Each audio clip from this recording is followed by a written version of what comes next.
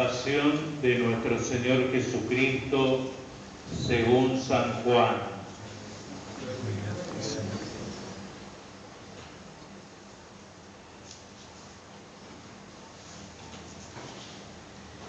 Jesús fue con sus discípulos al otro lado del torrente Cedrón. Había en ese lugar un huerto y allí entró con ellos. Judas, el traidor, también conocía el lugar porque Jesús y sus discípulos se reunían con frecuencia. Entonces Judas, al frente de un destacamento de soldados y de los guardias designados por los sumos sacerdotes y los fariseos, llegaron allí con faroles, antorchas y armas. Jesús, sabiendo todo lo que le iba a suceder, se adelantó y les preguntó: ¿A quién buscan? Le respondió: A Jesús, el Nazareno. Él les dijo: Soy yo. Judas, el que entregaba, estaba con ellos. Cuando Jesús le dijo: soy yo, ellos retrocedieron y cayeron en tierra. Les preguntó nuevamente: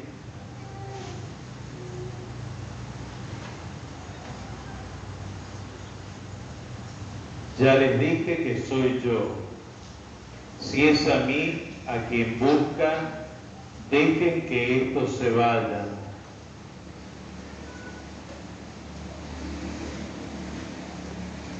Así debía cumplirse la palabra que él había dicho: no he perdido a ninguno de los míos. Entonces Simón Pedro, que llevaba una espada, la sacó e hirió al servidor del sumo sacerdote, cortándole la oreja derecha. El servidor se llamaba Malco. Jesús dijo a Simón Pedro: Envaina tu espada. ¿Acaso no beberé el cáliz que me ha dado el Padre? El destacamento de soldados con el tribuno y los guardias judíos se apoderaron de Jesús y lo ataron. Lo llevaron primero a Anás, porque era suegro de Caifás, sumo sacerdote aquel año. Caifás era el que había aconsejado a los judíos: es preferible que un solo hombre muera por el pueblo. Entre tanto, Simón Pedro, acompañado de otros discípulos, seguidores de Jesús, estos discípulos que conocían del sumo sacerdote, entró con Jesús en el pretorio, mientras Pedro permanecía afuera en la puerta. El otro discípulo, el que era conocido del sumo sacerdote, salió, habló con la portera e hizo entrar a Pedro.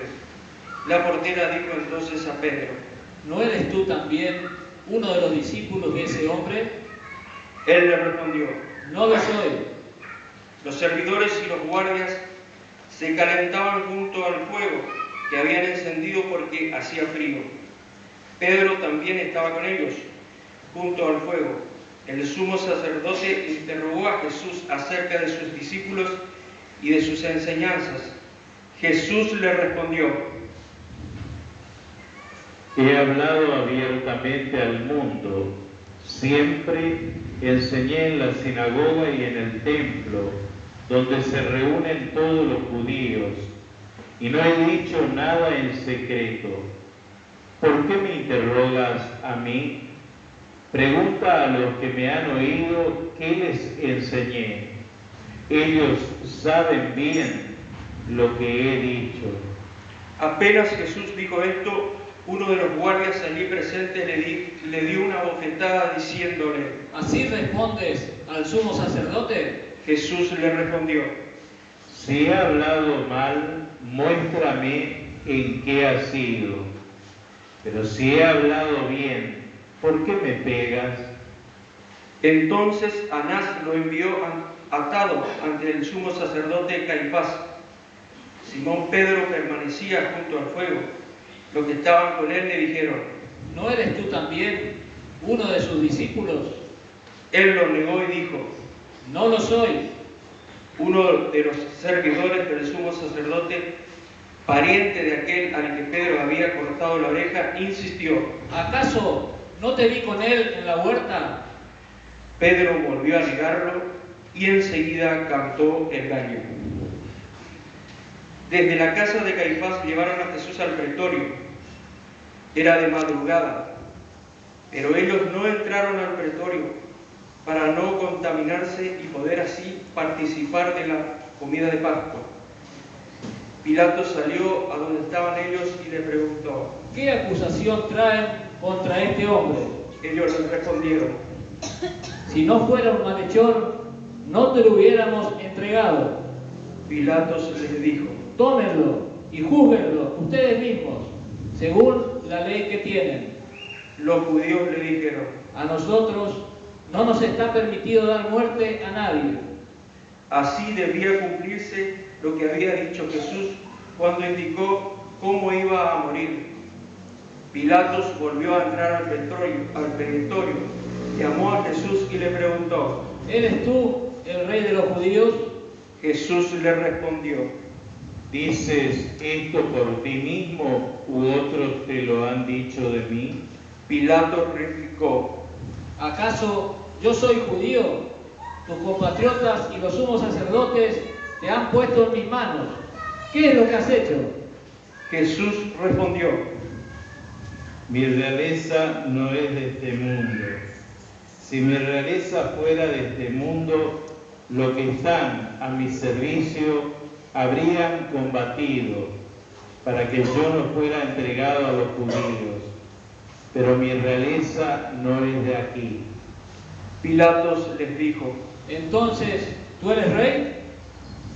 Jesús respondió: Tú lo dices, yo soy rey.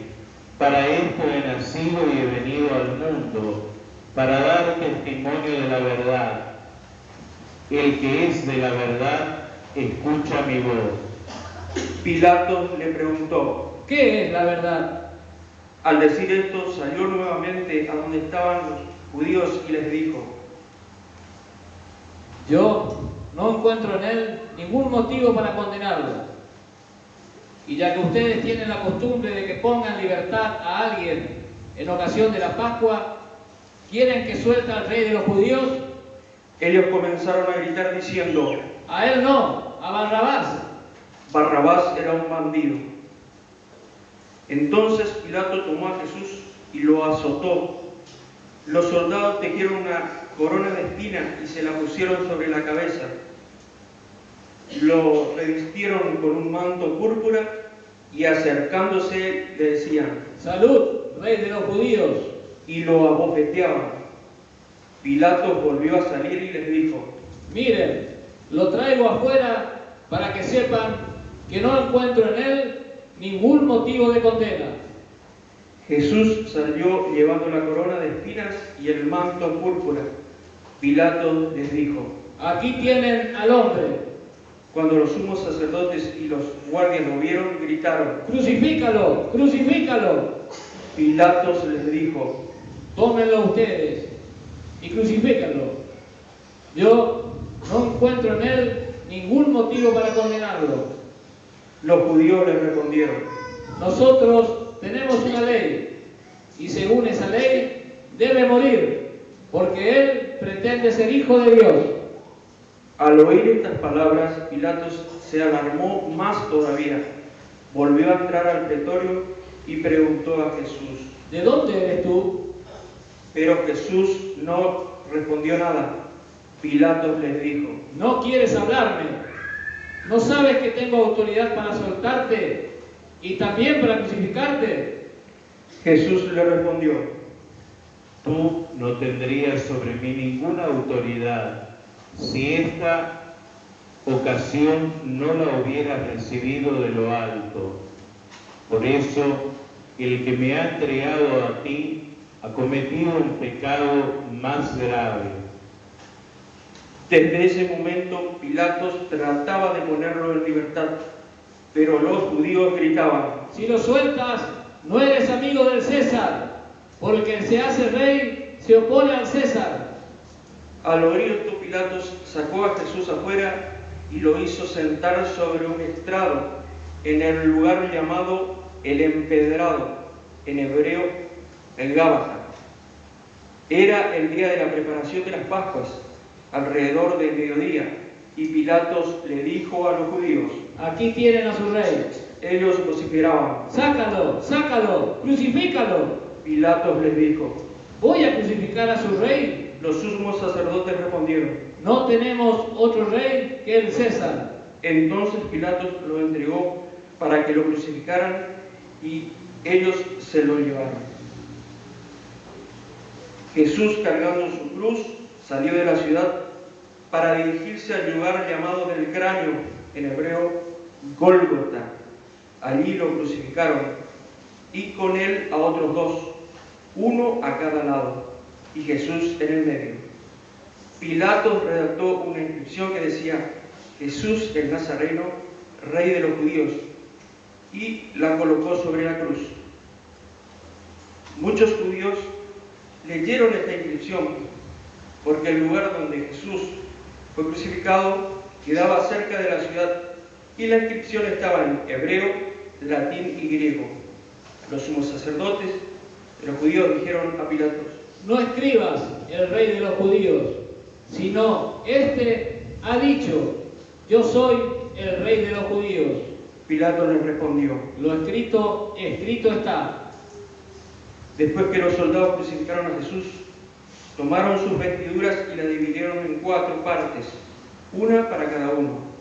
Tomaron también la túnica y, como no tenía costura, porque estaba hecha de una sola pieza, de arriba a abajo, se dijeron entre sí: no la rompamos, vamos a sortearla para ver a quién le toca. Así se cumplió la escritura que dice: se repartieron mis vestiduras y sortearon mi túnica. Esto fue lo que hicieron los soldados. Junto a la cruz estaba su madre y la hermana de su madre, María, mujer de Cleofás, y María Magdalena. Al ver a la madre y cerca de ella a su discípulo, a quien él amaba, Jesús le dijo: mujer, aquí tienes a tu hijo. Luego dijo al discípulo: aquí tienes a tu madre. Y desde aquella hora el discípulo lo recibió como suya. Después subieron, sabiendo que ya todo estaba cumplido, y para que la escritura se cumpliera hasta el fin, Jesús dijo: tengo sed. Allí había un recipiente lleno de vinagre. Empaparon en él una esponja, la ataron a una rama de hisopo y se la acercaron a la boca. Después de beber el vinagre, Jesús dijo: todo se ha cumplido. E inclinando la cabeza, entregó el espíritu.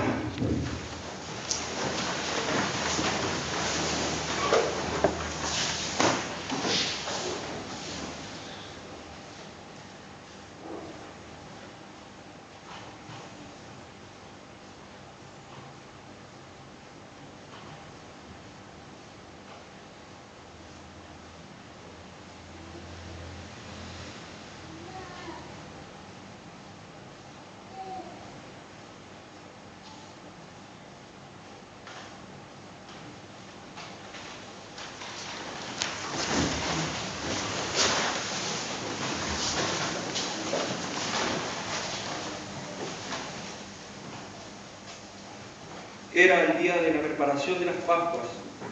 Los judíos pidieron a Pilatos que hiciera quebrar las piernas de los crucificados y mandara retirar sus cuerpos para que no quedaran en la cruz durante el sábado, porque ese sábado era muy solemne. Los soldados fueron y quebraron las piernas a los 2 que habían sido crucificados con Jesús. Cuando llegaron a él, al ver que ya estaba muerto, no le quebraron las piernas, sino que uno de los soldados lo atravesó el costado con su lanza y enseguida brotó sangre y agua. El que vio esto lo atestigua. Su testimonio es verdadero y él sabe que dice la verdad, para que también ustedes crean. Esto sucedió para que se cumpliera la escritura que dice: no le quebrarán ninguno de sus huesos. Y otro pasaje de la escritura que dice: verán al que ellos mismos traspasaron.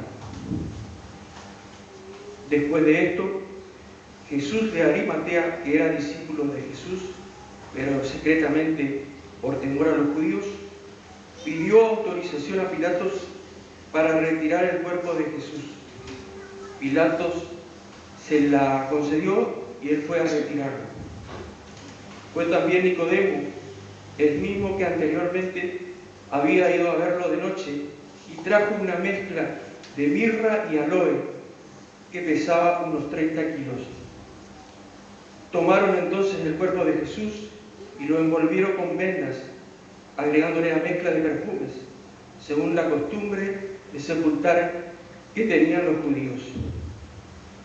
En el lugar de la crucifixión había un huerto y en ello una tumba nueva, en la que todavía nadie había sido sepultado. Como eran los judíos el día de la preparación y el sepulcro estaba cerca, pusieron allí a Jesús. Palabra del Señor.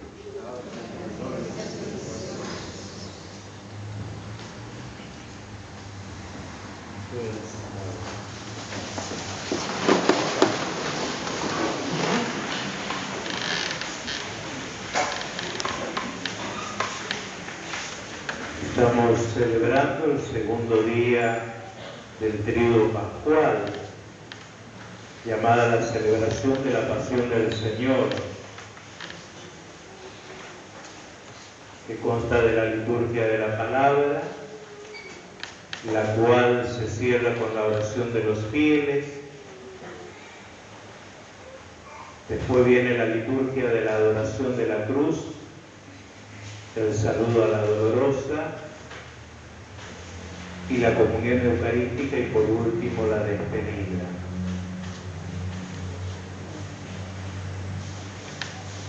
Si escuchamos atentamente las lecturas,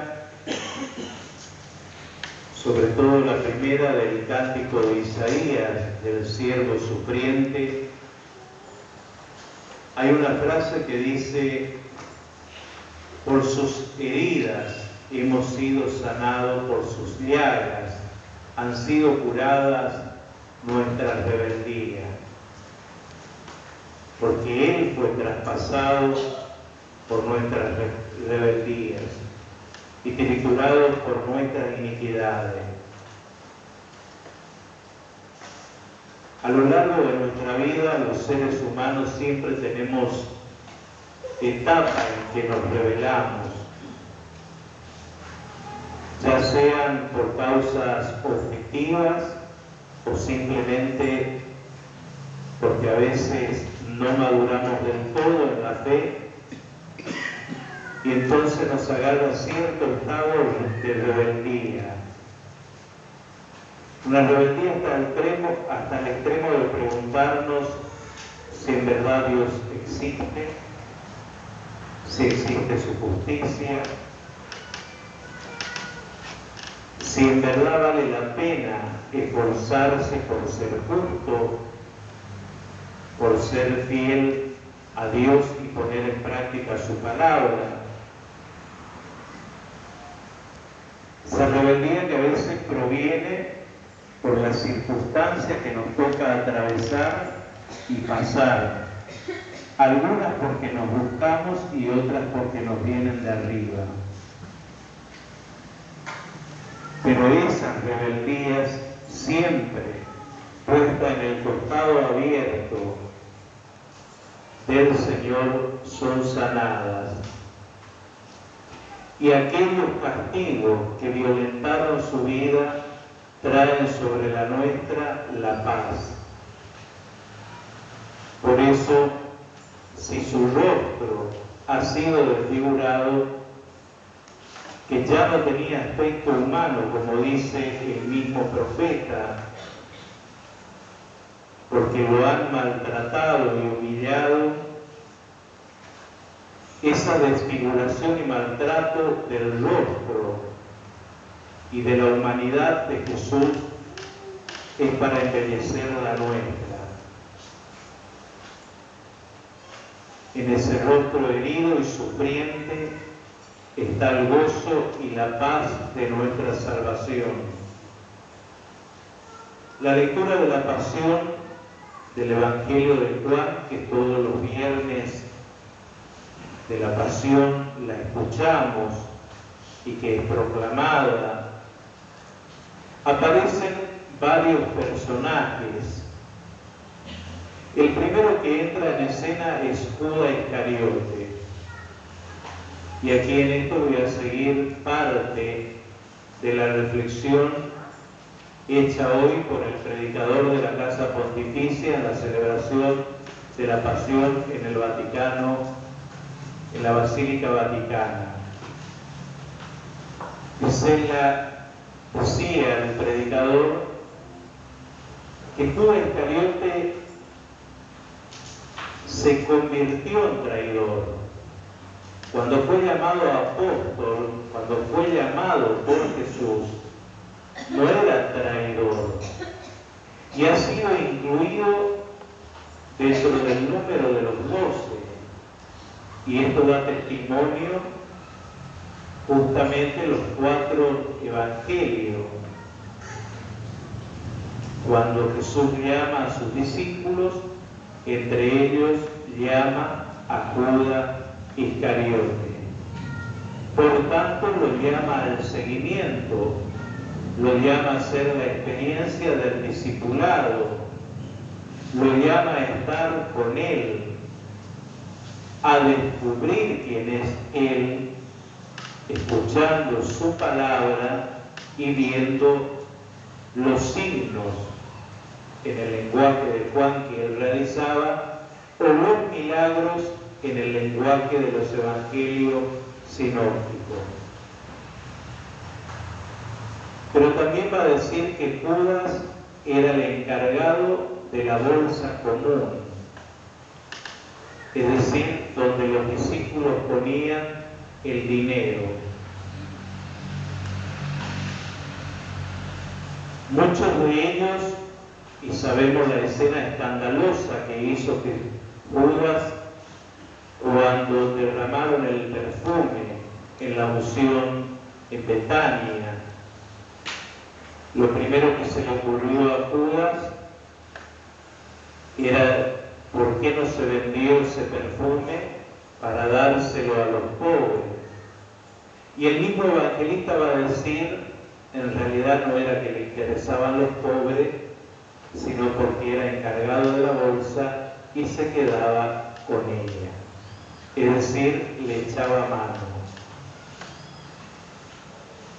Comentaba el predicador y decía cómo el dinero, el mal uso del dinero, termina pervirtiendo a la persona y termina desvirtuando la misión para la cual ha sido llamado. Llámese dinero, llámese poder, llámese ese espacio que me da un minuto de protagonismo. Judas quiso tener el suyo y no le salió bien. Judas de alguna manera nos representa a cada uno de nosotros, no solo respecto al dinero, en lo cotidiano de cada día, cuando nosotros que hemos sido llamados para seguir al Señor, nos convertimos en traidores. Traicionamos la verdad, traicionamos la justicia, traicionamos nuestro ser cristiano, nuestro ser discípulo. Es decir, cuando prefiero mi interés y rechazo y dejo de lado el Evangelio. Todos, decía el predicador, tenemos algo de Judas en nuestro interior. Y por eso hoy tenemos que recurrir, no en la desesperación de Judas que no confió en la misericordia, si bien devolvió las monedas y dijo, he condenado sangre inocente, y corrió en la desesperación a ahorcarse. Nadie puede juzgar el destino final de Judas, porque entre la conciencia y Dios nadie puede interferir. Y la conciencia es sagrada y es algo que solamente le corresponde a Dios. La diferencia está entre Judas y Pedro, es que Pedro buscó la mirada del Maestro. Se dio cuenta que no cumplió con su palabra, lo negó, pero lo buscó. Y al ver la mirada del Maestro, el llanto se convierte en un signo de sentir lo que en el sacramento de la reconciliación llamamos el dolor de los pecados. Saber hasta qué punto he ofendido a Dios. Dolor de los pecados que le hablaba hace un tiempo, que muchas veces nosotros no tenemos conciencia, nos acercamos a ese admirable sacramento que es celebrar y experimentar la misericordia del Padre con tanta liviandad y a la ligera, donde imploramos la misericordia de Dios hacia mi vida, pero no tengo un mínimo de misericordia y de iniciativa de tener misericordia hacia el otro.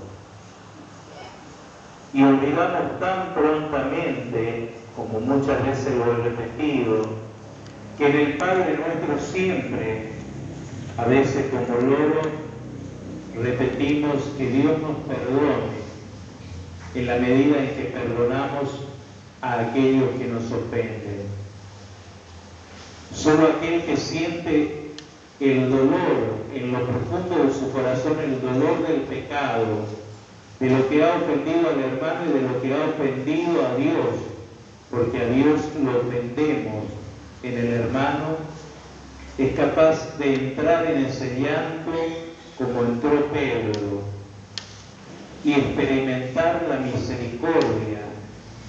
No esa misericordia que es simplemente como un barniz, sino una misericordia que es capaz de curar desde lo profundo del corazón. Arrancar muchas veces ese odio, esa bronca, esa rabia, porque lo que nos ha pasado nos parece que es injusto. Solo Dios puede curar, solo Dios puede devolver la paz, y solo Dios sabe en qué momento nos va a restituir todo aquello que a veces la vida o los hombres injustamente nos arrebatan. Pero es importante seguir, es importante la fidelidad. Por eso qué bueno es a este Cristo que va haciendo el camino hacia el Gólgota, preguntarnos quiénes somos. Es bueno escuchar que está el sumo sacerdote, está Herodes, está Pilato, la multitud, María, las otras mujeres, el Cireneo, que aparece después al final Nicodemo. Pero tenemos que preguntarnos con quién me identifico.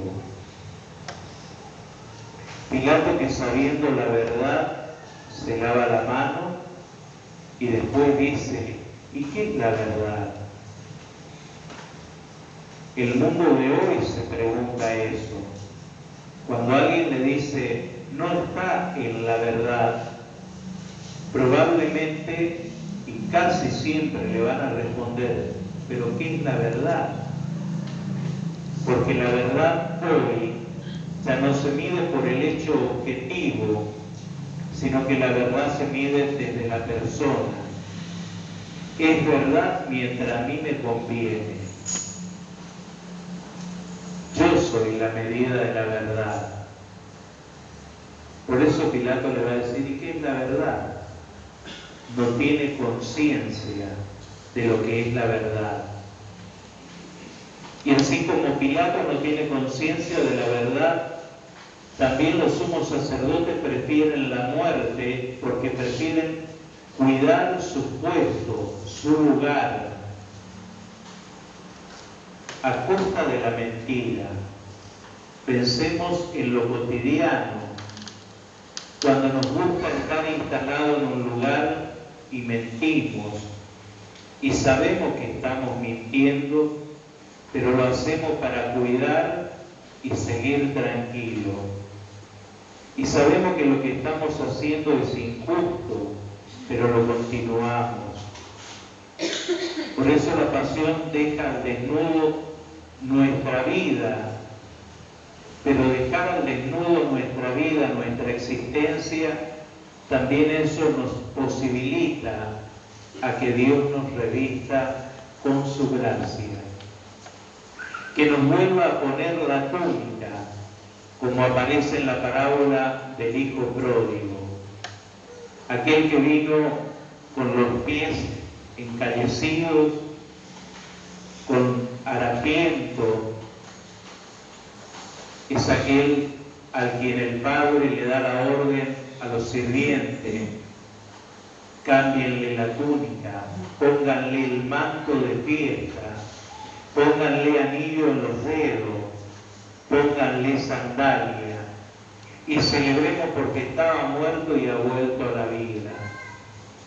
Tendremos solamente esa experiencia si en el relato de la pasión vamos despojándonos de todas aquellas hilachas de las que nos vamos cargando en la vida, nos dejamos poner el traje por el Padre, nos dejamos abrazar por el Hijo que muere en la cruz y nos dejamos salpicar con su sangre que brota de su costado, porque sola ella es la que purifica, la que lava, la que restaura y la que nos da vida en abundancia. Mirar al traspasado es mirar nuestro nacimiento. Mirar al traspasado es ver cuánto Dios nos ama, nos quiere, y que el brazo de Dios para acercarnos a la misericordia no es un brazo corto, no es manco. Dios tiene un brazo largo, un corazón grande, en el que brilla siempre su misericordia.